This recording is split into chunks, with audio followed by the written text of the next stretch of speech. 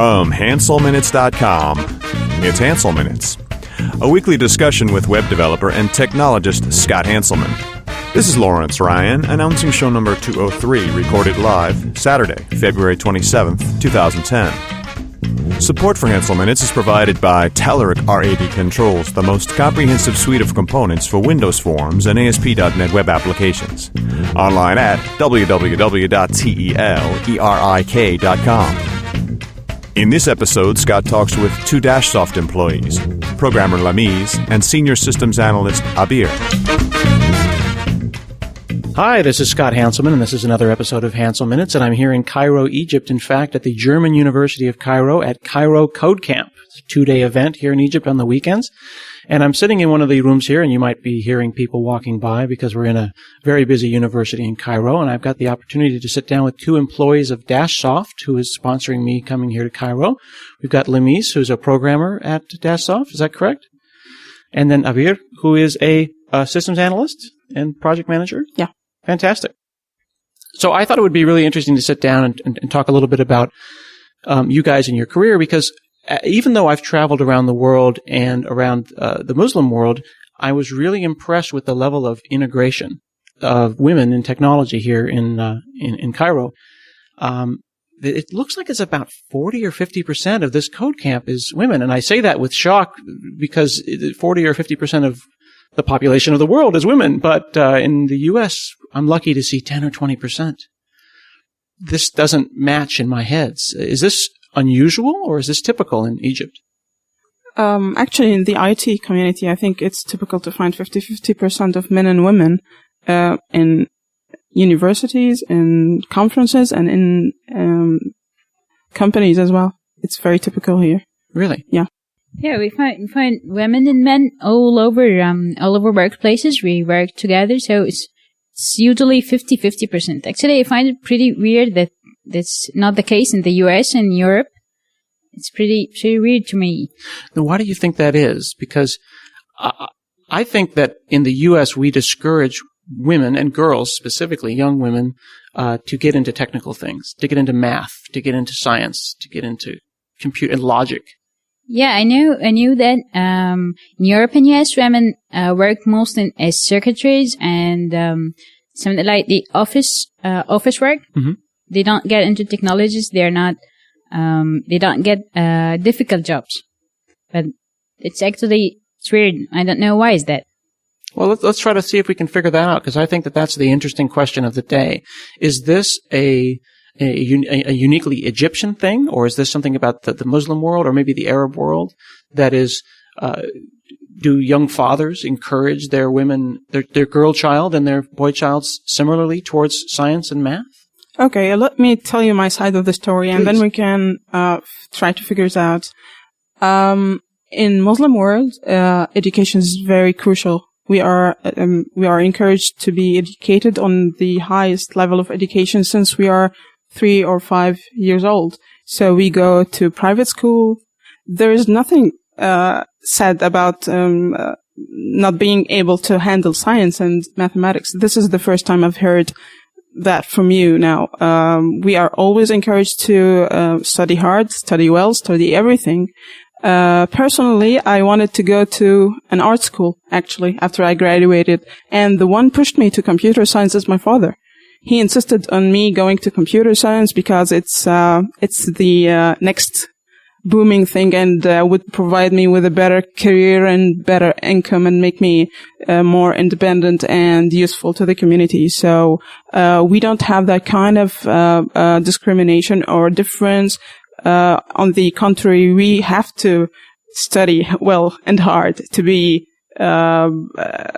recognized as to have our parents proud and our families proud. It's the very norm. You can go to engineering schools here and colleges. You will find 50% in all levels, mechanics, engineering, electronics, and everything. So we don't have this idea here. On the contrary, we need to study hard everything. Actually, the Egyptian parents are usually very pushy about education. So when someone get low degrees, they're they're punching them, and so yeah, and they get frustrated. They're very. You don't mean actually punching them, but I mean pressuring them to move and. Oh yes, and and they get sad because of that. So Egyptian parents are very pushy about education and encouraging people to get higher degrees. Either they're girls or boys. Mm-hmm. So do either of you have a brothers? Or? Yes, I have a younger brother, actually. Okay. So do you feel that you're being encouraged and, pushed towards greatness, I guess is a good way to put it, as equally as your brother? Yeah. My father actually always puts me as a role model for my brother, and he wants him to be an engineer or a programmer like me. So Really? he usually encourages him by me. So the thing that I'm trying to reconcile is I think that for a lot of the listeners who may not necessarily have traveled that much or who have an assumption about, and I think that we also tend to, we as Westerners tend to group, we say Arab world, then Muslim world, and then specific country cultures, because not all of the Arab world is Muslim, although it's assumed, but there's probably 10% Coptic or Christian here. I've met a number of Christians, Yes. Egyptians here. Then there's the Arab world, larger sense. There's the Egyptian kind of, there is a Muslim world, and then there's the Egyptian culture. I'm trying to understand, is it one of these three levels as we kind of peel away the layers that is encouraging? Is this a uniquely Egyptian thing that I would not find? Actually, it's in the Middle East. All over the Middle East, you find women in many technologies. So it's all over the Middle East. It's not only Egyptian. Is this a new thing? Is this the new generation? Was it like this in the 60s and 70s? I think yes. It starts from the 80s or something. Mm-hmm.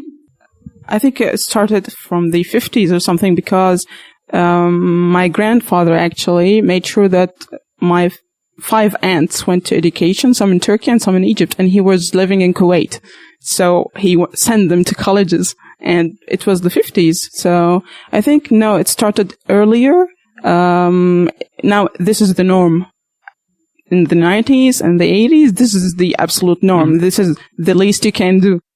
Wouldn't you say, though, that this is the norm in what we would call moderate Islamic countries? Because the messaging that we hear, the marketing, quote unquote, the marketing of the Muslim world that a lot of Westerners hear and a lot of the Americans hear is this oppression of women happening in the Muslim world. But as we look around us here at the Code Camp, I see, like you say, 40-50% women. I see women with the hijab, with the scarf, women without. Everyone is talking and interacting, sitting together. It's not, the seating area is not in any way segregated. We're eating, we're chatting. Oh, yeah. Is this a moderate Arab world thing? There are countries that are not this, progressive. I agree. I have to agree. Most of the Arab countries are moderate, but some countries are less, but, they are moving towards this direction because it's non-religious, actually. Islam as a religion pushes people to educate their children, boys and girls, and by no means it discriminates between a girl and a boy. So I don't understand how this happened, but I think it's more of a cultural thing than a religious thing, because in our religion everybody is equal. And that's a must, actually. That's the basic of the religion, that everybody is equal, colors, gender, and nationality, anything. The other thing you said about people interacting with hijab, without hijab, or different religions, this is very common in Arab worlds.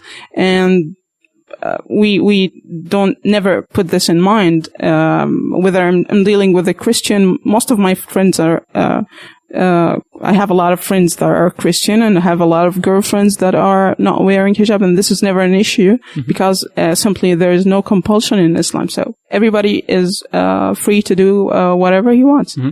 Would you say that it is then an overly strict reading of some of the specifics of Islam that have caused some other countries to head in a direction that is a little more conservative? Because I think that maybe people who are listening to this, who may not be familiar with Islam and may not have read the Quran, may feel that, well, that's not what I heard. I heard that you can look up in this chapter in the Quran, and it says that, women must do this and women must do that. I mean, there are things that say what the relationship between a husband and a wife should be, and there are sections of the Quran that do discuss about the appropriateness of certain interactions between men and women. True. But it puts rights on both sides, the man and the woman. You will never find a part of Quran that just asks women to do something and not men. That's not true, except for hijab, maybe, because for obvious reasons. But you'll never find that in Quran. Absolutely no way. You will find rules. You will find directions for a better life, a better standards, ethics and stuff, but it applies on both genders. Mm-hmm. You don't find it in a specific way to women. So this is really interesting. So applying this to the business of software, because I'm talking to a programmer and then a systems analyst, I came to your company and got a tour, and I was kind of impressed and heartened to find you guys working in what I could only describe as kind of a Scrum-like environment. It is actually, that's very accurate. It is a Scrum project and an Agile project. We are leaning very strongly towards Agile now in a Scrum environment, because simply it tightens the communication between the team and relies more on individuals, and it's like a small family in the room. So everyone that has a question or a problem is supported always, and that's the way we like to work. Yeah. I would say that I considered myself fairly enlightened and educated about how the way of the world is, but when I arrived in Egypt and went into a room and found, I think, about 10 people around a room, all working together, co-located, and there was what appeared to be a Kanban board up on the wall. Was that correct? That's true. And I'm looking at the post-it saying done, not done, working, and all this kind of thing. Yeah. I would have to say that, again, using the lens by which I view the Muslim world as a Westerner, I am surprised to see you guys working literally kind of shoulder to shoulder in this room as we would call it a war room, right? I mean, It's just like you guys chose to do this to make your project successful. You chose to co-locate. I actually mentioned it to the boss, and he's like, "Oh yeah, this is how they want to run this project." Yeah. It doesn't seem to me like it's compatible with what I understood the way things worked over here. Is this unique to your company, or am I just ignorant? No, I was just about to say you will find this now you will find it in almost every company, that there is at least one or two projects running on Agile methodologies. Everybody's in a room and everybody's working together. I have been to several companies and worked on projects with the same methodologies over the past 2 years. So, Lamees, as a programmer, have you always worked on Agile projects as long as your career, or have you worked in other ways? No, I usually worked on Agile projects. Actually, I'm now transferring into a system analyst, so I'm in a career transfer period. Yeah, transformation of your career. Yes. So, but all of my projects were Agile too. I think it's a way better than the CMMI or something. It's way cooperative between the team members. Mm-hmm. Makes everyone helpful to the others. Mm-hmm. And you found it compatible with the way the culture works. There was no thought like, oh, we're going to work this closely together. We're not going to. No, please, no. We go together to college. We go together to school, men and women. Mm-hmm. So we are used to that all of our lives. How long have you two been in the industry, if you don't mind my asking? I've been 3 and 5 years now. And we're, I think, 7 years a year. And have you worked at multiple companies or only at Dashsoft? No, for me, it's only Dashsoft. Mm-hmm. I've worked in like 5 companies, I think. 5. Yeah. Wow, in 7 years? Yeah, in 7 years. I know. It looks bad, I know. I won't say anything. Yeah, I don't know. And have they each been Agile as Lamees' experience has been? For the past 3 years, yeah. Really? Yeah. Before it wasn't. This is a movement. This Agile way of managing projects and systems is absolutely global and cross-cultural. Yeah, exactly. Because it has proven value to everybody. It has proven to work more effectively with clients and with the team, and everybody's happy and content, so why not? Do you have Scrum Masters or Agile coaches that have come in from either within Egypt or outside of Egypt? Or how did you each as a systems analyst and then now as a programmer who is transitioning into a role as a systems analyst, how do you learn this and use best practices? I was first introduced to the Agile methodology through an Agile coach. Yeah, he came, but he was an Egyptian with a PhD from the United States in Agile, and he came and he gave us a training and he coached a program. That's how I was initiated to the Agile, if we can say.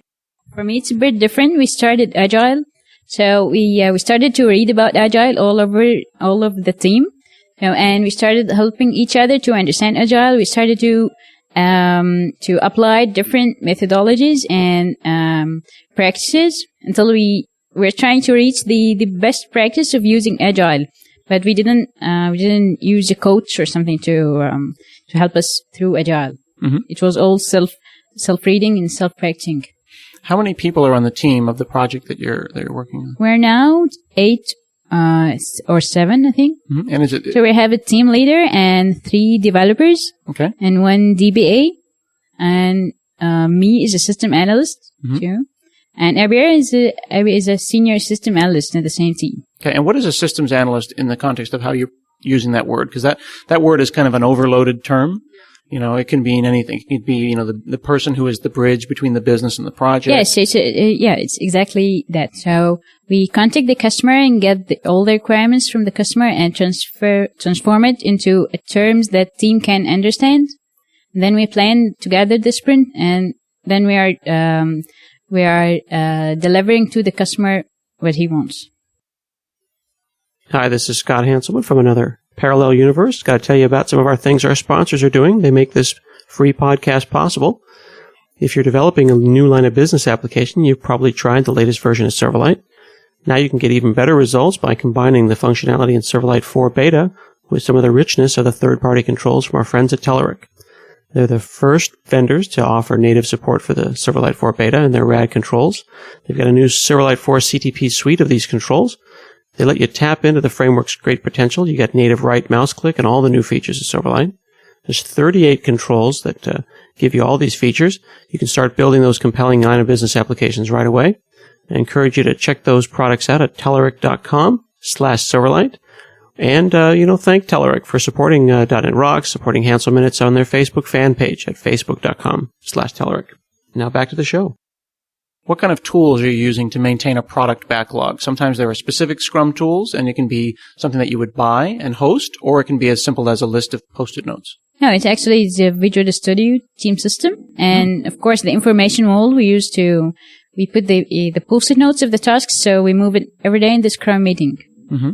So are you using some of the Scrum templates for team system, or have you put Yes, your own? it's Scrum for team systems. It's Contango. Yeah? Template, yeah. Sorry, the word was Contango? Contango, yeah. Oh, it's the Contango Scrum templates for TFS. Yes.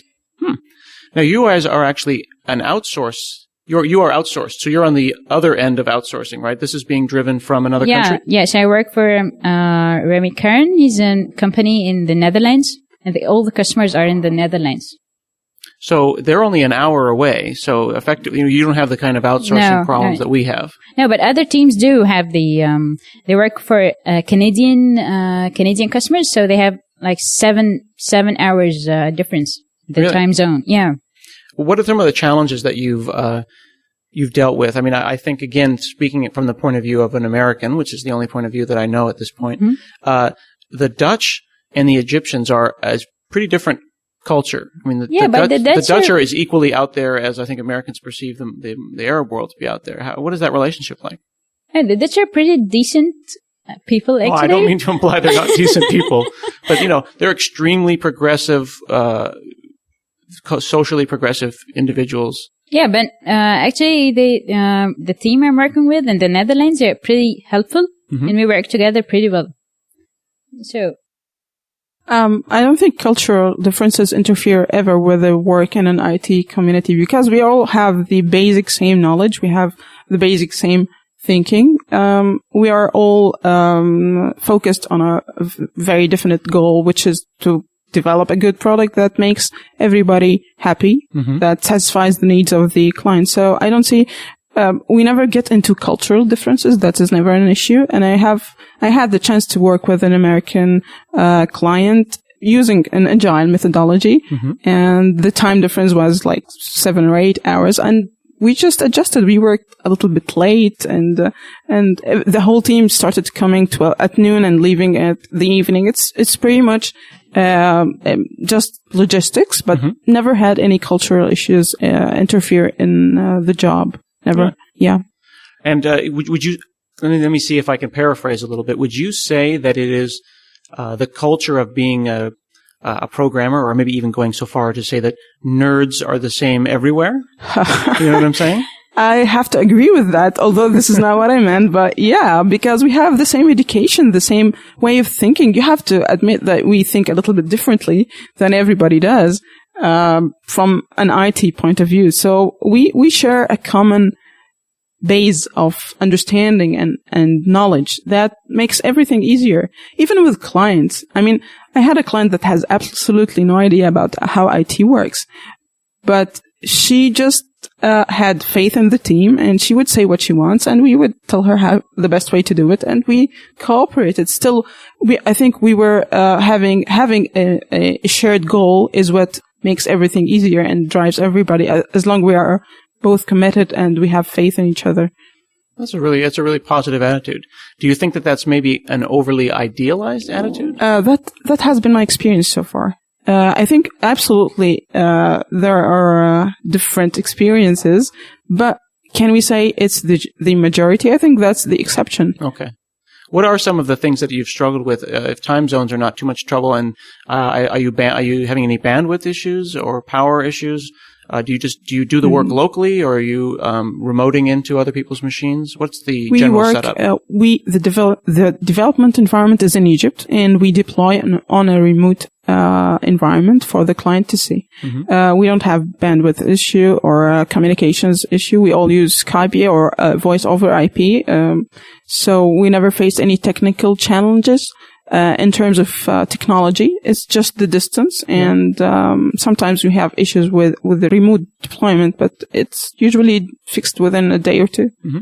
So it sounds like the infrastructure of Egypt, which is, there are other countries in North Africa that have a little bit more trouble with their infrastructure. You haven't got any trouble with your internet connections here. No, I think Egypt is one of the most advanced countries in Africa and the Middle East in terms of infrastructure, because in other countries you will find this as a problem, but here the norm is having a DSL line in every house. So you can't face a problem like this here. Pretty much improving now over time. So we have larger bandwidths, and the wireless connections are starting to be in every cafe or something. Really? So it's starting to improve over time. Now, in the U.S., I'm in a unique but growing group of remote workers. I do a lot of work from home because I don't live in Seattle. Do you have the option to work from home if there's a sick child or something needs to be managed at home? Yes, we do have that too. And do you have internet straight to your home, or do you use 3G? How do you? We have internet. I think every home is having DSL line now. So. Forgive me if I'm asking silly questions. You guys are looking at each other like, yeah, I mean, who doesn't have internet? We recently had a report in the U.S. that about 35% of people in the U.S. use dial-up. No, I think no one uses dial-up here now. Really? Yeah. Especially in the IT community, because it's a must to go through college. You need to have an internet, so you have to have internet DSL line at home. Really? So DSL is the minimum. There's no dial-up around here, at least for the IT people. Now, the statistic I gave that just came out in the U.S. is 30 to 35%. This is the larger general population. No, I think this is pretty reasonable. I think it might be a little less even in here, but in an IT community, the norm is DSL line. Now, getting back a little bit to the concept of women in technology, are there any barriers when you choose to have kids, or if your husband is also working in the industry, or is it will you have to choose to stay home or not with the child, or will you have your grandparents take care of the kids? There are a lot of solutions. I think most of the women in the IT community already are married and have kids. Usually the law here is to have a maternity leave for 3 months. And after that, a lot of women abuse their parents to babysit the child or put them in a nursery. Some companies now have nurseries in the company, like the GUC. The GUC have a nursery for the employees to have their kids. The GUC here is the German University of Cairo. Yeah. The German university uses the concept, and it's. I have to say it's going very well, and it's a very widespread idea. So no, we don't have that constraints unless you're not able to satisfy your child's need. That in that concept, you will probably put his best interest first. Of course. So let me ask you this then. It seems like you guys, and I'm referring here to Egyptians, seem to have got this male-female engineering thing worked out. What can you help us? What can you tell us? What tips or advice? Because it seems like in the States, we don't do enough to encourage young women in technology, such that they may even decide that, quote unquote, math is hard by the time they're 10. And I see this in my nieces, and I have 2 boys, but my family members that have daughters, that by the time the child is 12 or 13, if they haven't gotten hooked on science, the women, the young girls may have just given up. Is this something that needs to happen at the parental level or at the school level? I think, everyone shares a responsibility. The parents need to mainly focus with their kids and never let them have the idea that they can do something, because evidently math is not hard for women, and apparently not. Yeah. So the concept propagated by the media and the stereotyping of women being unable to understand math is a myth. Clearly. So I think it's the responsibility of society as a whole to eliminate that myth, and foremost is the responsibility of schools and the parents, because if I tell my daughter you will not understand math, she will never even try to. It's a mental barrier. Exactly. So if you eliminate that mental barrier and show role models of women in the technology, I think everything will go well. Yeah, I think parents maybe scare their daughters too much of science or something. That's why they don't even try.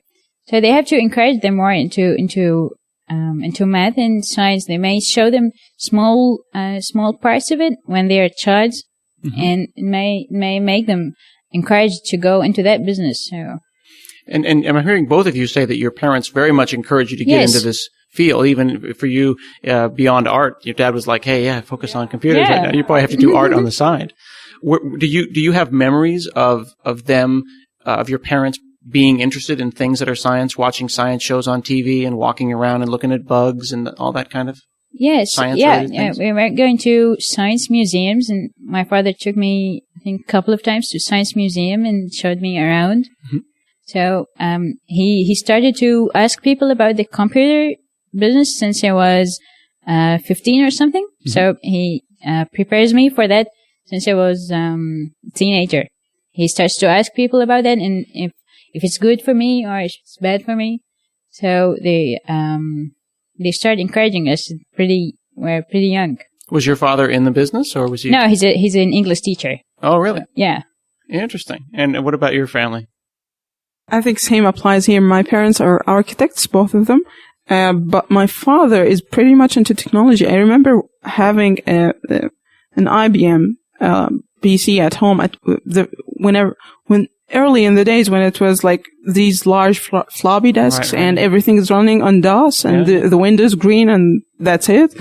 I had this at home. I still have it, I think. So, and he would just upgrade the system every time anything new comes, new games. And, so, I grew up having technology at home. Actually, I was very good at math, and my father noticed that when I was young, so he was always telling me, you gotta be an engineer because you're good at math. So I think that push into, being something that is valuable and, knowing that I excel in math and technologies are at home is made thinking of computer is an evident result of my education. Well, it definitely sounds like you've kind of nailed it right there, which is you had technology around you all the time. You had encouragement all the time. Your parents identified that you had a skill and reminded you of that all the time. Hey, you can do this. This is interesting. Yeah. You have the power. And I think that that's definitely the formula for success, regardless of gender. Absolutely. I was the math genius of the home. My sister was the science genius of the home. And she's a girl. So no, we never have this, I don't know what to call it even, this limitation, this stereotype limitation of not being able to do something. Mm-hmm. I think it all comes to what they expect from you. If they expect you to be a doctor or an engineer, you will do your best to be a doctor or an engineer. But if the society as a whole treats you as less and expects less from you, or even not less, but a different model of what you should be as a woman, probably you're gonna go naturally into that direction. So this might be a weird question, but do you think that there is less, because there is less, or visibly less, and the only way I can think about this is the less sexualization of women in public, that this enables you to be more of an equal? I mean, in the U.S., some young women might say, well, I want to be in a music video, or I want to go do dancing, or other kind of things that are unique to their sex and possible only because they are women. But because that's not something that is encouraged or out in the public, people are people, and there are, other than the hijab, there is really no gender distinction about what you can do. Would you think that that's the case? Yes, but actually, they're pretty different, going in a music video and being an engineer.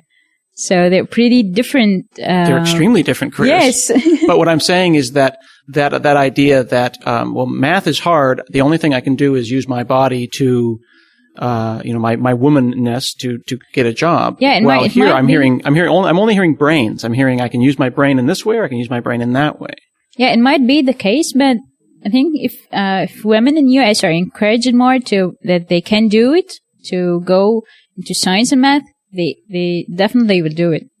I think I have to agree with your conclusion a little bit more than Lamees, because I think it's now built in their brains that they are this is the best I can do. This is the ambition. The idea that I'm a woman first and I should look towards my womanliness to support myself, as opposed to my intellectual abilities. In our culture, our sexuality is not the main at all, is not the main asset we have at all, because our gender and our body, our whatever it is typically needed for family and for husband and the kids, and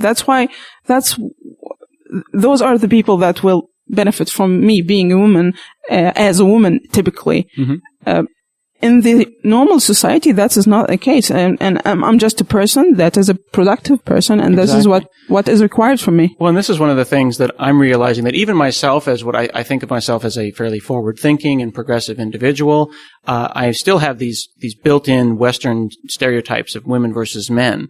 And I hope you won't be offended, Lamees, but I'll tell you this little bit of information. I've been interacting with you on email for 3 months as we've been organizing this, and I've had literally dozens of email conversations with you, and I didn't know that you were a woman until I arrived at the airport. Oh. And the man who picked me up at the airport handed me the telephone, and you said, "Hi, it's Lamees," and I said, in my mind, I went, "What?" That's shocking, actually. and I don't know. See, I don't know Lamees as a man's name or a woman's name. So of course, if I was familiar with Arabic names, I would know. But it took me a moment, and I was actually a little ashamed of myself because I had any reaction at all. Because I'm so used to a proliferation of men in technology that I just, again, I apologize, I assumed that in an Arab country that the organizers would be men. And I'm not saying that I had the thought and set the thought. It was just a background assumption. Yes, yeah. I understand. And so I landed in the airport, and the man said, "Oh, Lamees wants to talk to you." And I said, "Hello," and I expected hello, and I got you. So that got me thinking about this topic and got me excited to sit down with you guys and chat with you about this today. Yeah, and we have pretty women here have pretty much changes to go into technology. Actually, it's shocking me that you didn't realize that, but it's pretty common here. But why should and this is where I'm learning too, is that why should it matter? And I think that's the whole point and a good place to end our podcast today. Thank you very much, Lamees and Abeer, for talking to me today here at Cairo University in Cairo, Egypt. This has been another episode of Hansel Minutes, and I'll see you again next week.